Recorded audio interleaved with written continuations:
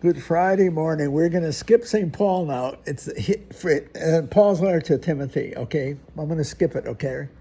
And look more at St. Luke's Gospel, if that's okay. All righty? I have to do my best, all right? I hope I'm not wasting your time.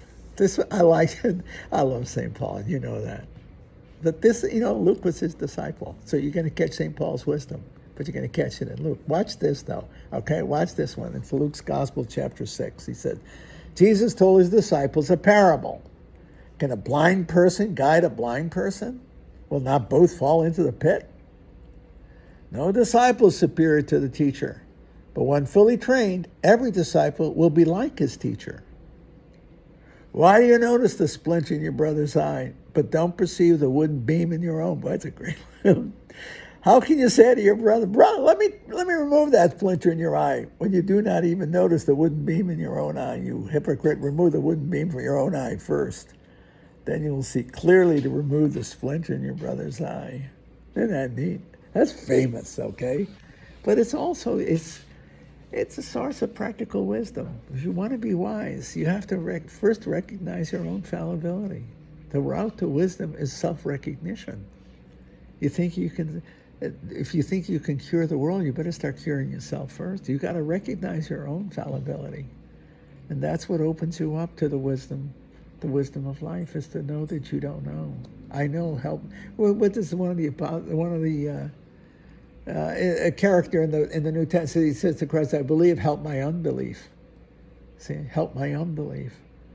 You know that in philosophy, and you train in philosophy, you realize that so often, especially in a Platonic dialogue, but out of the way, you have to recognize the limitations.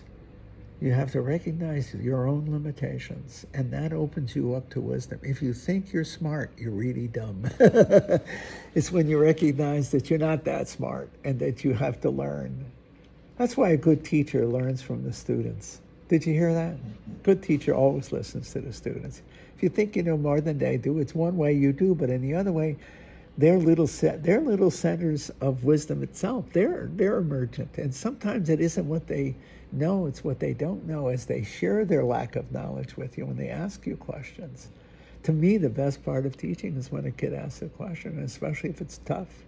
Now, granted, I'm teaching 19 and 20-year-olds, 21-year-olds. I forgot what it is. I couldn't do it right now, but their questions are poignant, and they draw you away from conventional teaching to intimate teaching.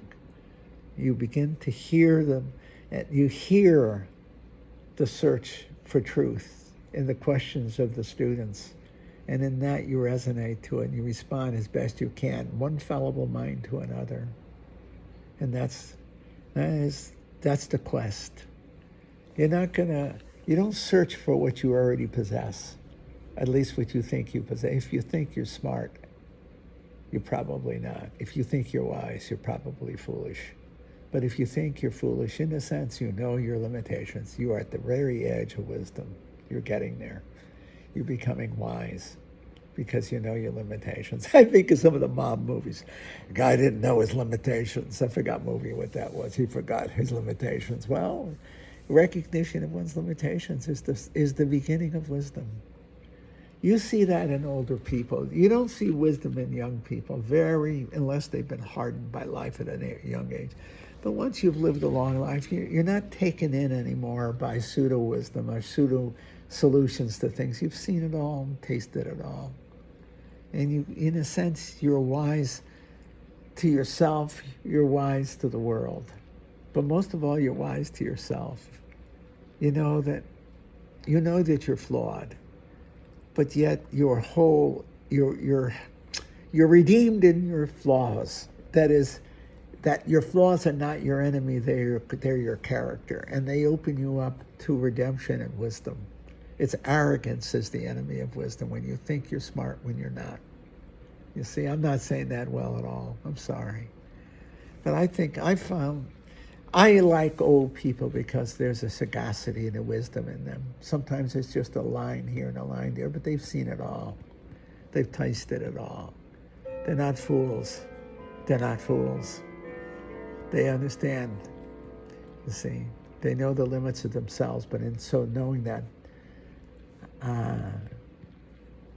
They know where the truth lies. You know what I was thinking?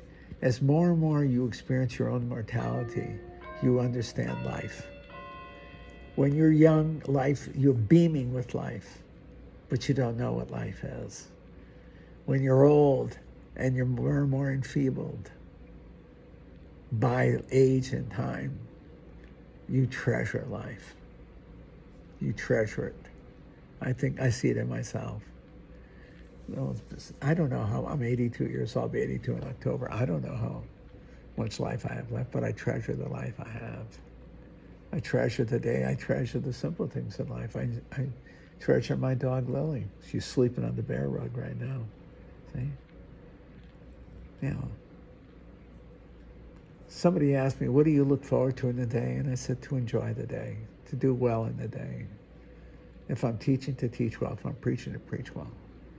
But in some ways, to live the day, to live it. I think my father was that way. My parents were. My father didn't ask more of life than he could give. And therefore, he treasured it. I told you he was a chef, okay? But whether he was eating a fried egg or a lobster, he treasured what he was eating. He didn't ask the lobster. He didn't ask the egg to taste like a lobster. See?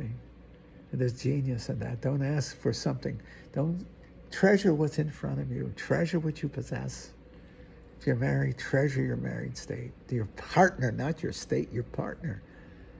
If you've got children, treasure your children, your grandchildren. You know, treasure the beauty that's in life, your uniquely special life. I think you got to be old for this. It's so easy to take life for granted.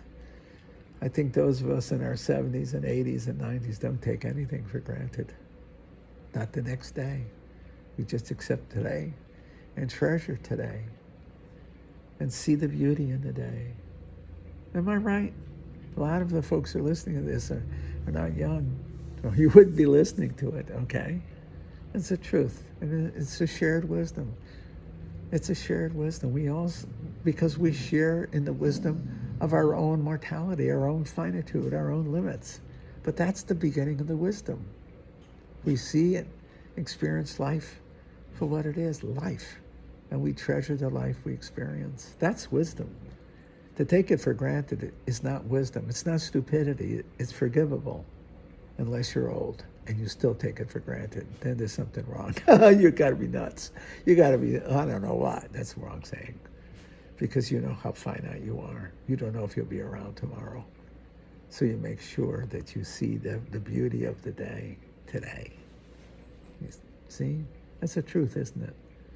You learn to understand that in one's limitations is the invitation to life itself. You love and see the beauty of your own life and the lives of those around you. You treasure the people in your life. You treasure them. Am I right? Ask a widow, widower. You'll hear that answer. Yeah. Anyway, just my thought for the day. I hope you all having a good one.